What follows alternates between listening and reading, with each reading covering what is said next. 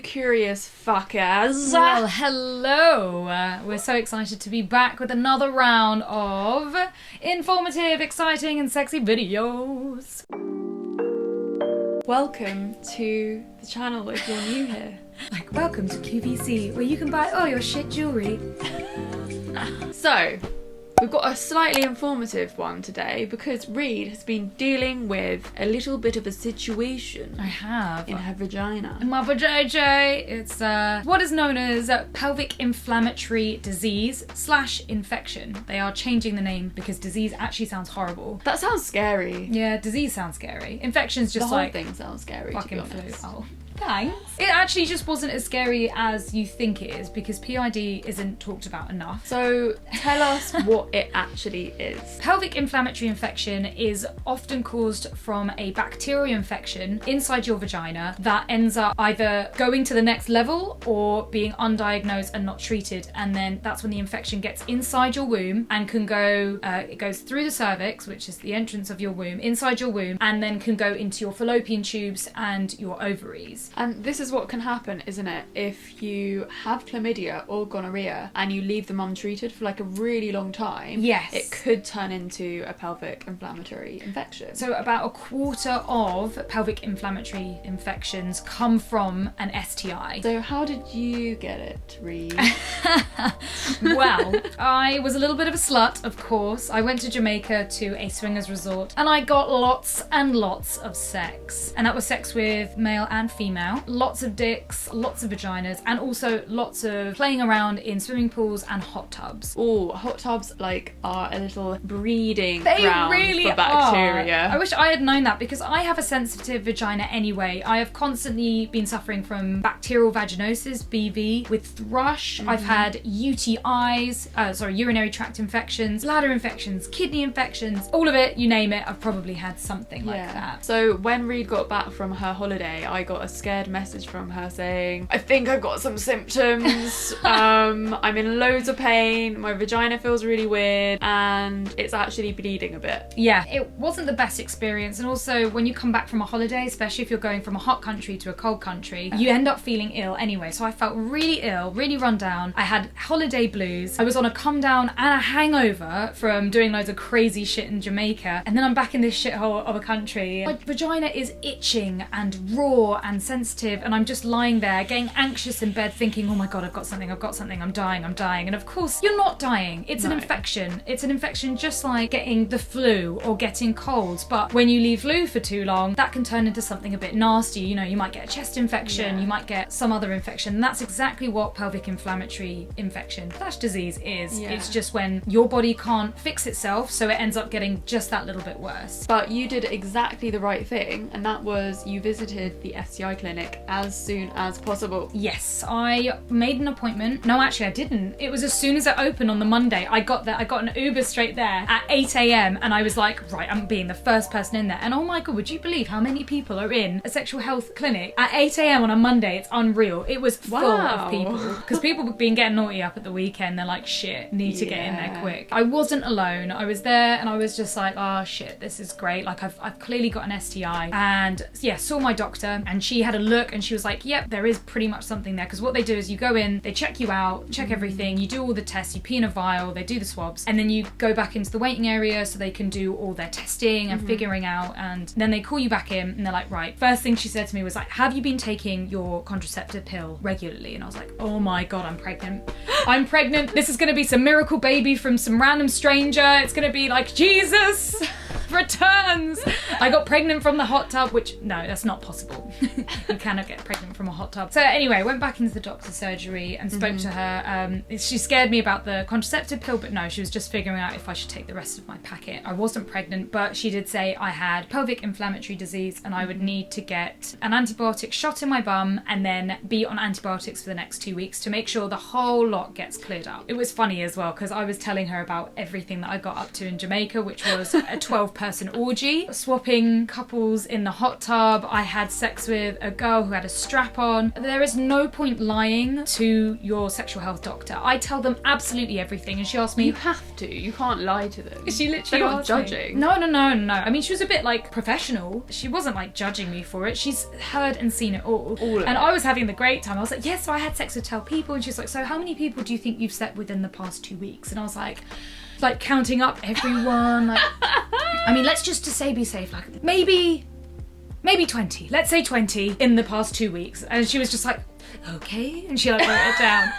And then she was like, in the last 6 months. And I was like, oh fuck. I think if I caught something, it was during that 12-person orgy where maybe one of the guys forgot to change his condoms between going from one girl to another girl. So yeah, it's very, very possible that I got it from there, or I got it from the swimming pool. The thrush was actually the worst bit about the pelvic inflammatory disease. That felt worse. That was like, the symptoms were so much stronger. It was unbearable itchy, and it started out from my vagina hole and went all the way up to my clitoris. Ow. And so once it was cured from my vagina hole, it was like itchy and painful around my clitoris. And you get thrush from antibiotics, don't you? Yes. So luckily they gave me pessary, and I've been taking pH leveling probiotics for my vagina. I've been on a lot of like vitamins and minerals and supplements, making sure that I can conquer this as best as possible, as well as keeping hydrated. Being dehydrated is so bad for us because we can't fight off infections like we normally do. Yeah, we need to drink water for everything. And we have heard that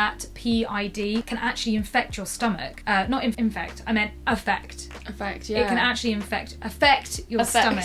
So my stomach was either constipated or I had diarrhea. So, that was a clear sign that something wasn't going right.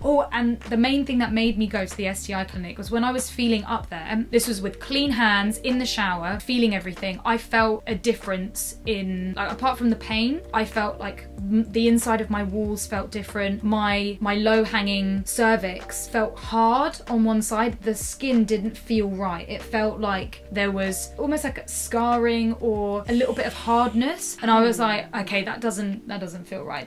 Something's going on. Bad. And then the day before I went to the clinic, I felt again my cervix had literally picked itself up and moved to the side, and I've been fuck this. Yeah, it was like I'm done with this. And apparently your cervix can do that. It can move itself out of the way from your vagina hole to actually protect itself. So at the doctors, they gave me 3 antibiotics, which I got really anxious about, unfortunately, and I had a bit of a panic and I had to cancel filming with Florence. I had to cancel a lot of shit last week because it really affected my mental health negatively. I was worried that I was allergic to the antibiotics, and of course as soon as I started taking them, maybe like 2 or 3 days afterwards, I felt so much better.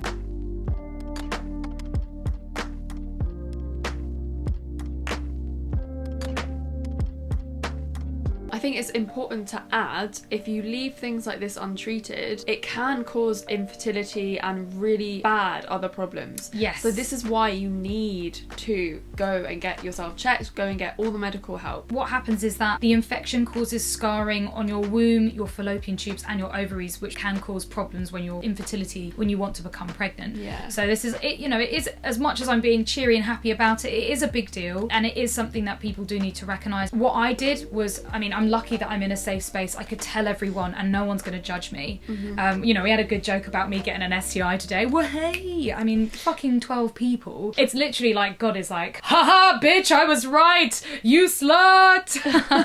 Here, have a bout of PID. Yeah, at the time it was a bit shit, but it was only my mind that was making it worse than it actually was. It wasn't the physical symptoms. It felt just like a period, like a bad period. What were the symptoms that you had so that people know if they might have it? So I felt pain during sex is like the main symptom.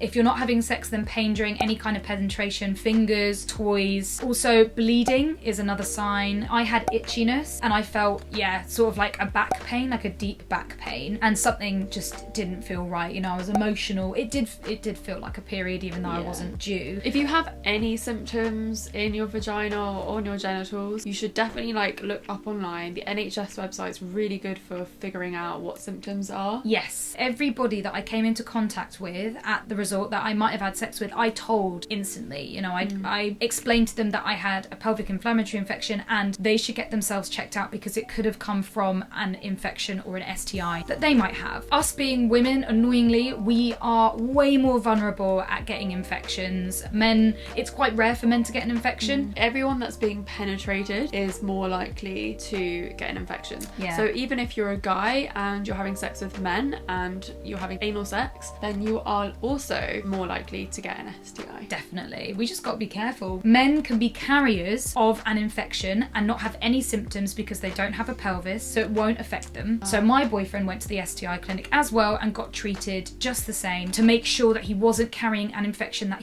when we next have unprotected sex, he could put back inside me. Yeah, that's really good. And that's an important thing to point out, is that you need to tell your partners, yes, so that they can sort out their problems as well. And it's the same with everyone in Jamaica. Like I told everyone, and they were really cool about it. Everyone, even in people, Jamaica. even people I didn't have sex with, because I was like, if they've had sex with somebody that I've had sex with, that's true. Yeah, that is true. But it's a swingers resort, so I'm going to the extreme. So you don't have to do that. You know, telling people is completely up to you. So yeah, hopefully this is nearly over, and then I can have a celebratory drink because I've not been drinking any alcohol while I've been on these antibiotics. Yeah, I'm going to celebrate. We're going to pop that bottle of champagne you've got in the cupboard. Yes!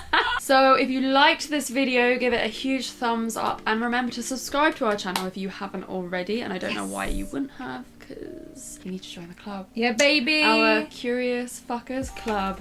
I hope you've enjoyed my little vagina story. And if you've ever experienced the same thing, please comment below. Yeah, baby. Keep an eye on yourself, guys. Use protection. Remember to listen to our podcast, Fuck's Given. It's on Spotify, it's on Apple Podcasts, it's everywhere. If you search on the Google, you'll find it. Okay. Lots and lots of love. Bye.